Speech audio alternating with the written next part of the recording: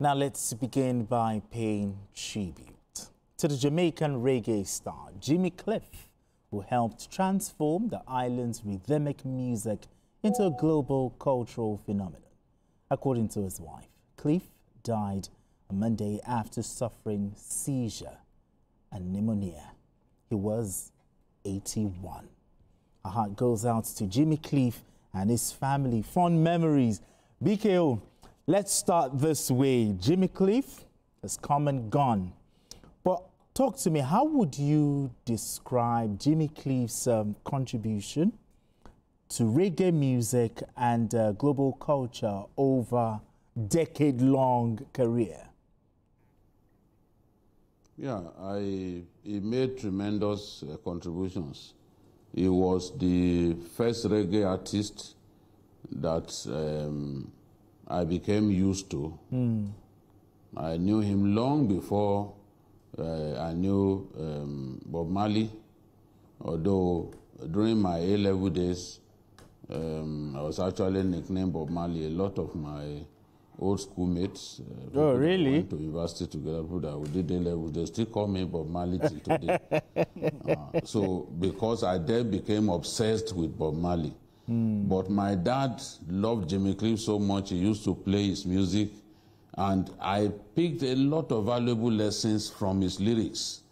You know, songs like Hypocrite, you know, some of those words were actually even introduced to me for the first time by Jimmy Cliff. You know, when he sang, there was a song, Wajakaman, where he said, never needed nobody to show me how to walk, never needed nobody to teach me how to talk, never needed nobody to tell me make a mark. I'm an experienced man, I can understand, I know how to get along. Oh, Wajakama, you know? And then the, for Hypocrite,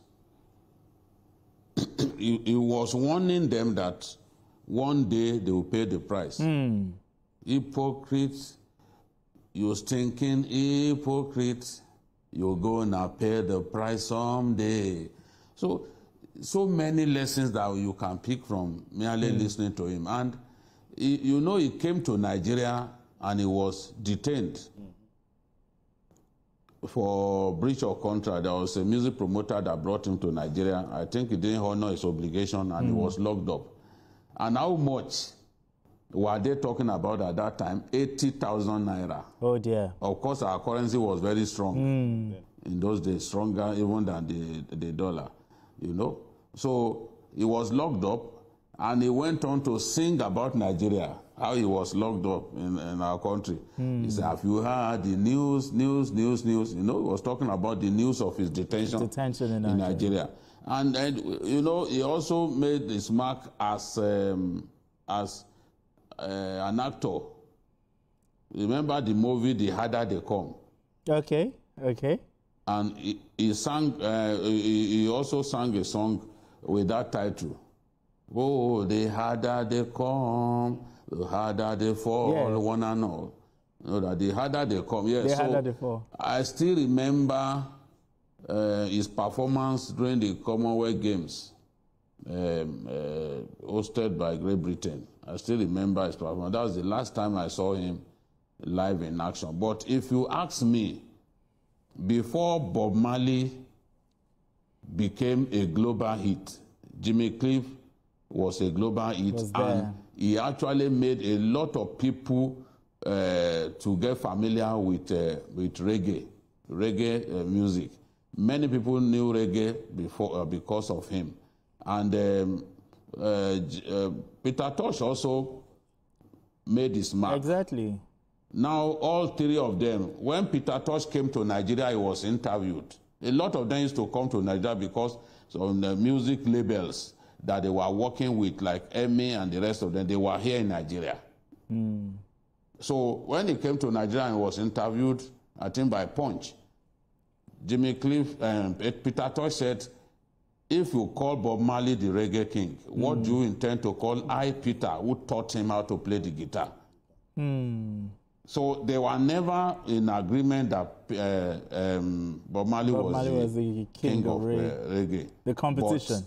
if you ask anyone, Bob Marley then made tremendous contributions with his fantastic lyrics to reggae music. So he's the undisputed king of reggae. But all three of them now, they are gone. But their music remains. Anyone who listens to Jimmy Cliff's music, his early music, will know just how fantastic a musician he was. And remember, even that song, No Woman, No Cry, was actually made popular by Jimmy Cliff.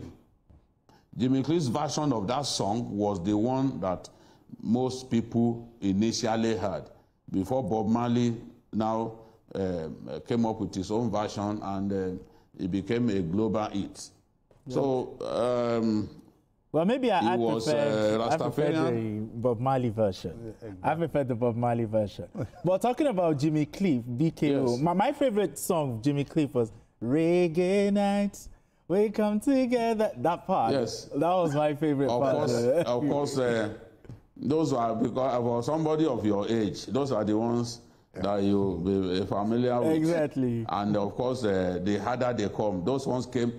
And that was a modern version of reggae music that we saw him sing.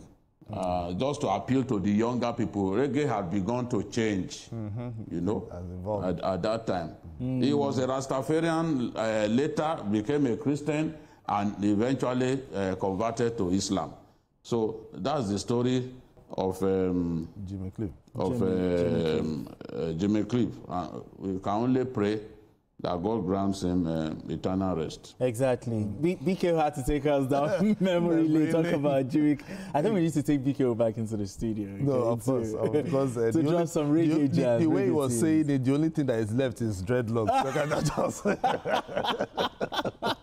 But anyway, just say something really quick about Jimmy Cliff. Bob Marley was the one that was my favorite. You know, so just like you said, Reggae Night was something that I still remember.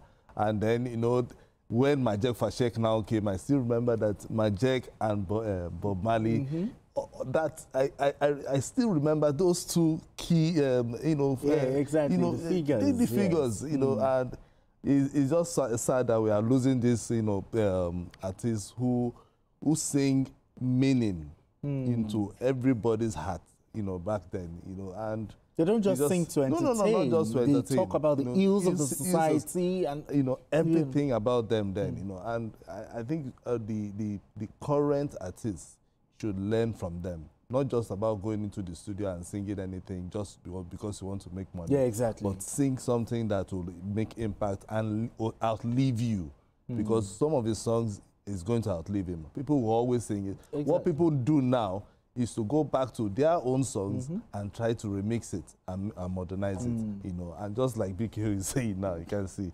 You know, so we always remember it. Super just, evergreen, you know, super evergreen. Evergreen. To continue to influence global music, social movements, and cultural identity in the years ahead.